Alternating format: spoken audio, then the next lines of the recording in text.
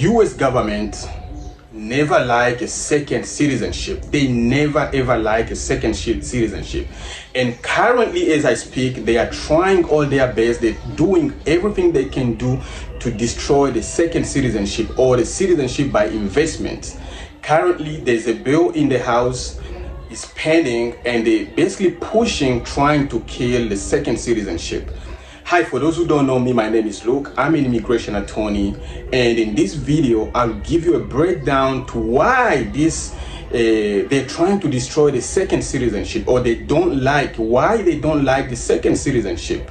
Yes, I have helped so many people, many business, many investors, doctors, lawyers, obtain basically their second passport and also migrate or move to the United States and Canada easily.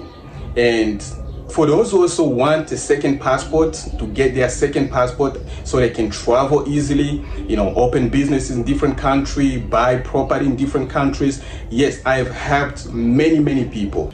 Currently, as we speak, there is this new bill pending in the House of Representatives. Yes, this is not yet a law, but the bill is pending in the committee. The US politicians are basically talking about dual citizenship and everything.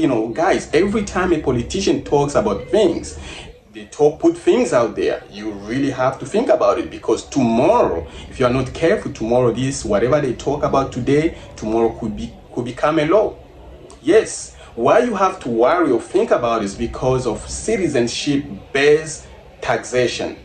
Yes, citizenship-based taxation, meaning if you're an American or you're a Canadian or German, most of these countries basically, their passport, wherever you go, the passport follows you, meaning you have to pay taxation. And they're looking at their tax system right now. A lot of people are moving. A lot of people, there is really this influx of people leaving Canada, US, Europe. They're going into Asia. The others are coming to Africa. Others are going to, East Europe. Others are going to South America. And this is really giving them a concern. I'm just gonna give you an example. Last year, before I used to do 35 taxes, like when you're an American citizen, you have the obligations. The law requires you to basically report your yearly taxes.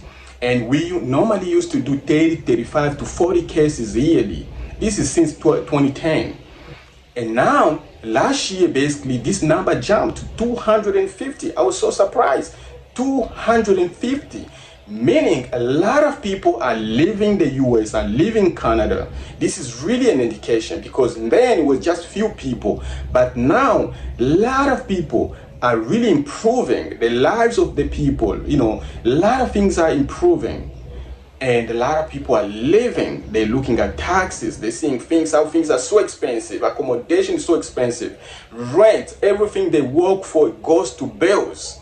And when they found countries like Rwanda, they found country like Malaysia, they found country like Philippines, they found country like in South America, African country like Ghana, Namibia, where they can come, Gambia. I'm just giving an example. They come and they found out they can live here for so cheap, no taxes or zero taxes. And they're like, whoa, what are we doing in US? So people with retirement could actually live really good and comfortable in these countries. So they realize like, hey, I'm out. So this is really what is pushing, because this country are driven, or their economy is based on taxation. Right now, as we speak, the movement is going towards higher taxation, fewer movement, more regulation, and less freedom. This is really what the movement is going. And it's just crazy when people realize that taxes are very high. Their movement is really being, they are being cornered, and regulations are so much regulations, and the freedom is almost non-freedom, because they only have this life of work, home, work, home, work, home for the rest of their lives. They hardly can get a vacation. So their freedom is basically limited. and they realize in this other country they can actually have this freedom, they can live really, really good for very, very less. So people are just inclined into moving, and this politicians don't like it. US politicians who are really pushing toward this is Congressman Burgess Owens and Steve Cohen. They are basically from two different states, and they are working together to try and make sure that people don't this dual citizenship or citizenship by investment completely end. They want to kill it, they want to destroy it, and all behind this is they are seeing people are, people movement is really, people are leaving the US, people are leaving Canada, people are leaving the West, and they're inclining to other countries. And this is really a concern. Just imagine, last year alone, Canada, people left Canada, over 82,000 left Canada. 82,000. That's a huge number for a country like Canada. If this continue, maybe this year, how many people gonna leave? And we're talking about the US. How many people are leaving the US?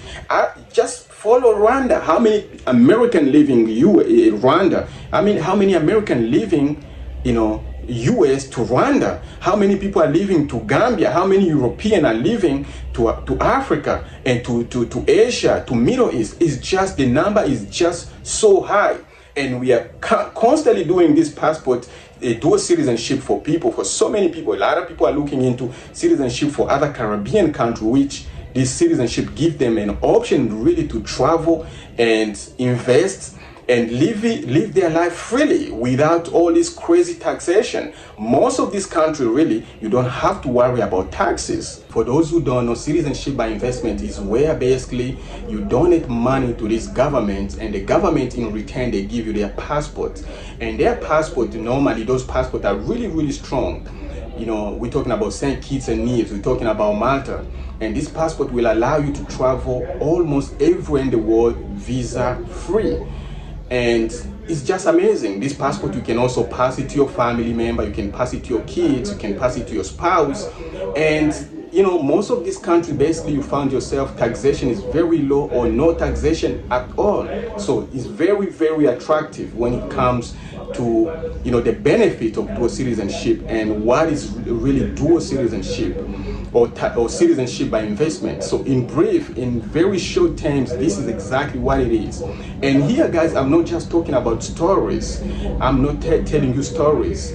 The US and Canada and the West in general, they have, if you are a citizen of those countries, American, you are a Canadian, you have to abide by the law. And their laws and regulations are really strict, So a lot of people found out, and they see, like, why I'm really gonna live in a situation like this? Let me just get out, let me just move. And this is really, really causing a lot of problem to a lot of these governments. Here's exactly what the bill is saying. The bill introduced in Congress. They basically want to stop visa waiver program for this country, giving these visas or passport by investment. They want to stop the visa waiver. They want to make sure that there is no more visa for those countries. So if you go to Europe, you have to take a visa. This is what they are pushing for, because they are looking at all their citizens are running, they are moving, they are getting out, they are finding freedom in other countries. They're finding that other countries are really respecting them. They are welcome to live in those countries. Stress-free or less stress.